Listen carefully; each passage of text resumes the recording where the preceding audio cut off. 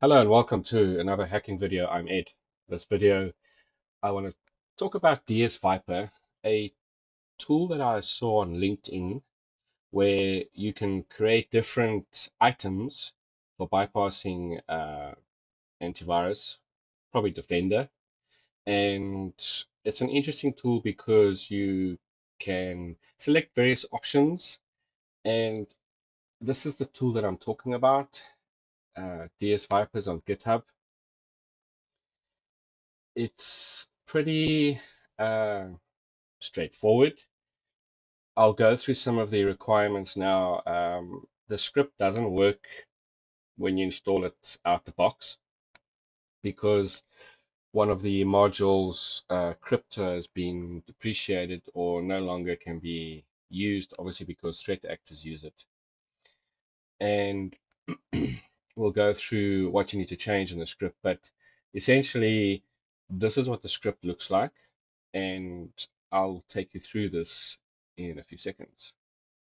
So if we go over to our terminal here, I've edited the Python script, and on this line where it says from cryptodome, it says from crypto, and this one also from crypto. Now, if you add dome to make a crypto dome, you don't get the error anymore. It gives you the module cannot be found. If you try import it, it gives you that whole thing where you have to run in a private environment, and that still doesn't want to work either. So what I'm going to do is, after modifying it, we're going to run it. So the first thing it does is it asks you, are you obviously using it, ethically, and is this a lab environment? Yes, it is.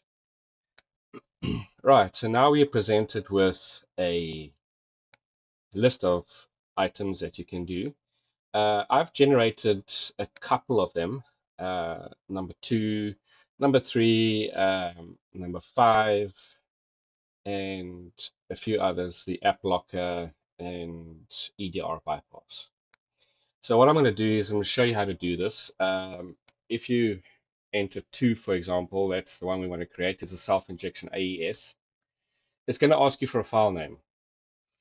Now, if you try put in any file name, it terminates the session and you have to go in again. So what it's looking for is payload.bin. Once you enter that, it pretty much creates the executable for you. And if we go look in our folder, you'll see that I have AS, I've got the EXP, the indirect to spool. So I've gone through, like I say, a couple of these, and we'll be using one of them. I have tested them out. They all give you a reverse shell pretty quickly, actually. And in the next video, what I'll do is I will show you how we're going to run this on an Exchange server. What we can see, we'll be using Metasploit as a multi-handler because the standard listener, the session connects, but you can't do anything. So that's this new tool that I'm going to try, and I'm going to create a number of videos using this tool to show you, it's stable within Metasploit. It doesn't terminate the connection. You'll find that sometimes you run something, the connection dies or it terminates, etc. One thing they say that it avoids or bypasses AV, Defender has already flagged it. It picks it up and removes the executable. So that's one thing, probably because many people are trying it. And obviously, Defender has picked up the signatures and has updated accordingly.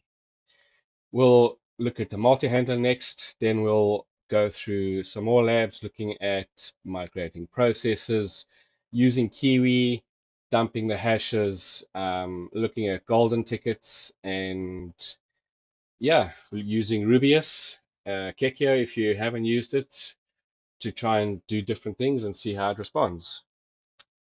I hope you like this video. If you do, please like and subscribe, and I'll see you in the next one.